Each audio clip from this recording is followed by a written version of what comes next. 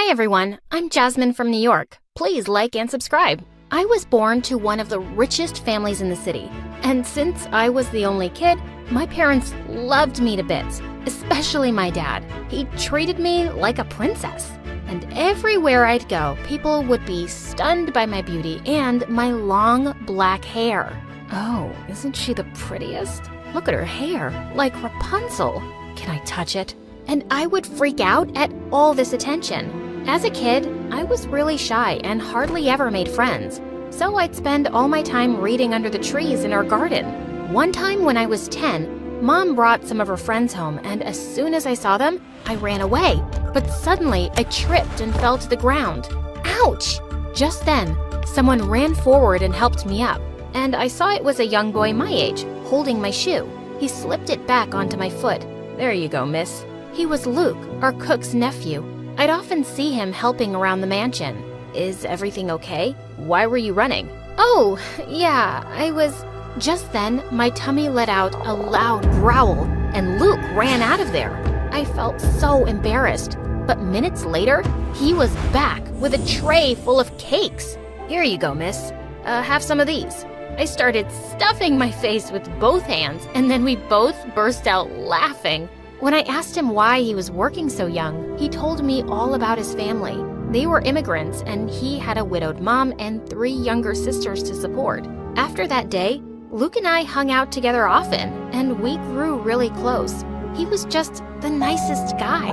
As years went by, I started having feelings for him, but he just always treated me like a friend, and I certainly didn't want to ruin that. On my 16th birthday, Dad threw me a grand party and invited all his friends.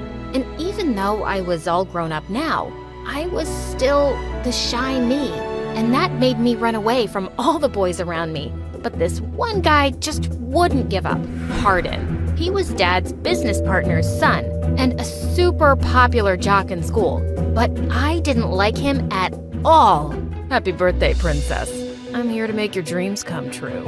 I've told you not to call me that, Hardin. And what do you know about my dreams? Well, if you're like any normal girl, I know your heart is screaming for me. Hardin! Oh, my Hardin. Just stop fighting it, baby, and let's tell everyone we're together. Oh, I really don't think I deserve you. Why don't you just ask out any of those other girls? Because you're the only one who's as beautiful as me, princess. Come on, let's dance. No, I really don't want to, but he took my hand and started pulling me to the dance floor when suddenly Luke came up to us. Sir, can you please let Jasmine go? She's shy and she said she doesn't want to dance. Jasmine? It's Miss Jasmine to you, servant boy. Don't forget your place and stay out of my business with my girl. Luke looked furious and I didn't want to fight him and get into trouble. So I just pulled my arm away and ran off. That Hardin was such a jerk. Later that night, I went looking for Luke and found him sitting on a bench. Hey, I'm sorry about the way Hardin spoke to you. He had no right to do that. Well, he wasn't totally wrong, was he? I am just a servant, and I've been foolish to think I could mean anything more to you. But you do mean more to me, Luke. I like you. I mean, like you. Luke suddenly turned to me with stars in his eyes. He came closer and put a hand under my chin, and my heart was racing. You're the loveliest person I've ever met, Jasmine, and I'm crazy about you. With that, he leaned in and kissed me, and it was perfect. I was still on cloud 9 the next day. As I left school and looked around for my car, I suddenly spotted Luke standing outside. I'm here to pick you up today. There's a really special place I want to show you.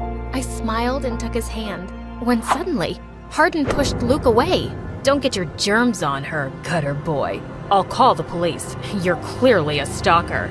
Dude, whatever you do, just don't touch me again. Oh yeah? What you gonna do, huh? And with that, he was about to push Luke again when I stepped in. Just stop it. He's not a stalker, Hardin. Leave him alone. If I didn't know any better, I'd think you'd have feelings for this loser, Jasmine. I do have feelings for him. Feelings that I'll never have for you. And he's not a loser. You are. And with that, I pushed him back harder than I'd meant to.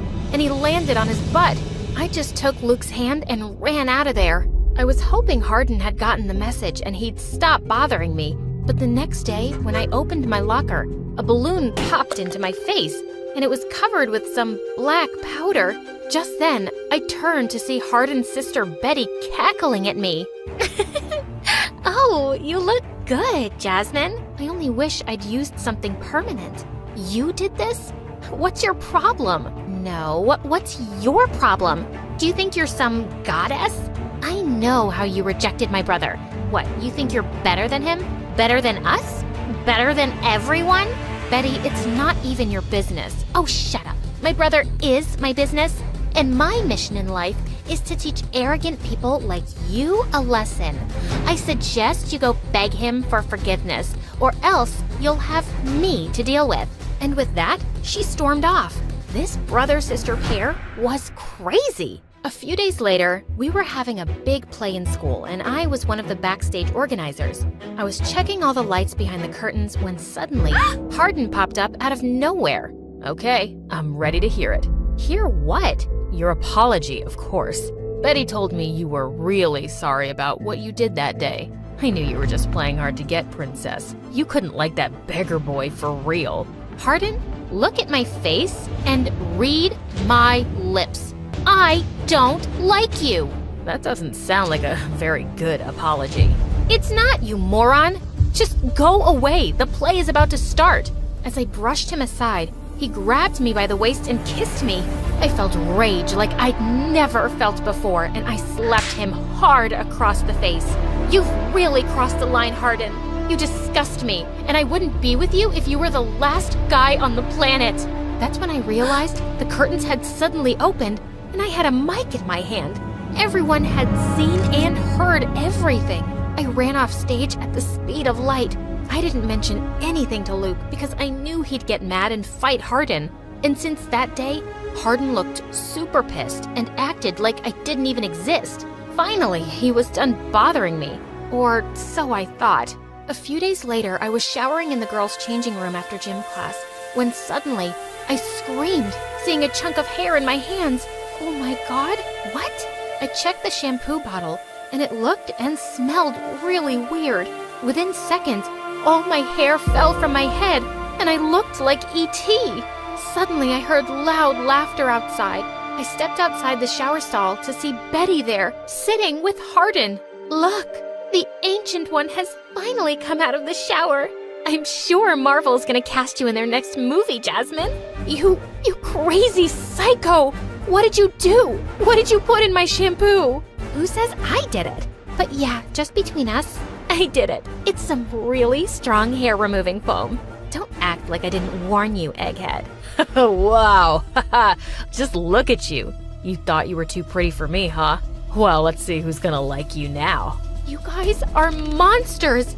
I'm gonna tell the principal about you. You'll pay for this. Go ahead. It's not like you can prove it. And we also want to see the reaction of all the kids as you walk by those corridors, Jasmine. Their princess has no hair anymore. Both of them left, laughing like crazy, and I felt terrible. I hid in the girls' room until school was over, and then I ran home all by myself wearing my hoodie. As soon as I reached home, I went to my room and locked the door from inside. But Luke came by that evening and wouldn't stop knocking. Jasmine, open up. Why didn't you come down for dinner? The driver told me you didn't use the car to come back home. Tell me what happened, please. Go away, Luke. Leave me alone. Why are you crying? Please, open the door, Jasmine. Just go. You're probably gonna hate me after you see me. Nothing could make me hate you, dummy. Don't you know me at all? I went ahead and opened the door, and he looked super shocked. Oh my God, what happened to your hair? I buried my face in my hands. I know, I look hideous. I shouldn't have let you in. That jerk, Hayden, he and his sister, they did this to me. My hair is all gone, Luke. I looked up at him, and his stunned face just hurt my heart. And then he said, Jasmine, I'm so sorry, but I can't do this anymore. What? What do you mean? What can't you do anymore? I can't be with you. This is too much. I have to go." And with that, he just turned around and left. Oh my God, did he just break up with me because of my hair? And the next day, I found out from the cook that he'd left the job and was gone for good. I couldn't believe it. The one person who I never thought could hurt me turned out to be the biggest jerk. I was heartbroken and angry and didn't go to school for days. Then one night, Dad returned from a business trip and came to my room. "Sweetheart, your mom told me you won't go to school or eat downstairs. What's going on, love?" I couldn't hide it anymore. I removed my hoodie, and Dad turned paper white when he saw my bald head. "Oh, Jasmine, what happened?" I hugged him and cried my heart out as I told him everything, and he was beyond furious. "I'm going to destroy those people. I'll make those brats suffer for the rest of their lives. No one gets away with hurting my daughter." And Dad really meant it. He pulled out all of his investment from Hardin's dad's company. "What? You can't do that. I'll never be able to recover from this loss. My company will go under. And I won't lose a minute of sleep over it. I'm not the one who ruined you. It's your kids. You raised those jerks, now deal with it." And when I finally returned to school wearing a wig, I found that Hardin and Betty had both been withdrawn, and I never saw them again.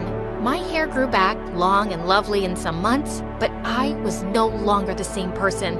I was so much tougher now, and I would never let another Hardin or Betty or Luke hurt me again. I finished school and got into Cambridge and completed my business education from there. Years later, when I returned home, I took over Dad's business and became one of the youngest female CEOs in the country. One night, when I arrived at a restaurant for a meeting with a new client, I felt like someone had pulled the ground under my feet. The new client was Luke. "Jasmine, wait. Please don't leave." I went from shock to boiling rage in seconds. He'd pretended to be some client to see me? I stormed out of the restaurant, and he followed. "Wait, please. We need to talk, Jasmine. I know how you feel." I turned around sharply, and he almost bumped into me. Do you? Do you really know how I feel? Because if you did, you would just shut up and turn around and never contact me again. I dashed off to my car and drove away before he could say another word. I was so shaken and angry. The next day at dinner, our old cook walked in and asked my parents if she could take the day off. "You remember the boy who used to work here, Luke, my nephew? Well, his little sister's really sick and he's here for her treatment. I'd like to go see them." Luke's sister was sick? I knew how hard he'd always worked for his family. Maybe he'd come to me because he needed money? I tried shaking it off because it wasn't my problem, but I just couldn't. The next day, I asked the cook to take me with her to the hospital, and Luke looked shocked to see me. "Jasmine, what are you doing here?" "I just wanted to say, if you need money for your sister, I'll give it to you. Consider it a repayment for all those years of friendship. And then, we're done." "What? I didn't come to you for money. I've made something of myself. I can afford the treatment.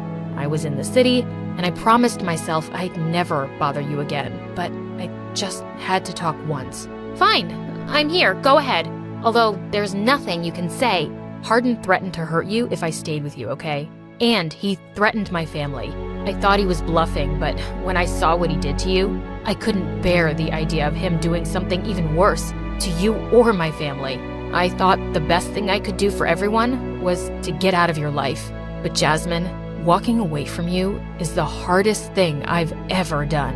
I know I've hurt you terribly, and I wish I could have spared you that. I'm just really sorry. As he was about to walk away, I suddenly took his hand. "I wish you'd just told me the truth then, Luke. But I understand why you didn't. And the hardest thing I've had to do all these years is hating you. I just don't want to do it anymore. Can I maybe see your sister?" I'm sure she'd love that. But before we walked in, I pulled him closer and we kissed.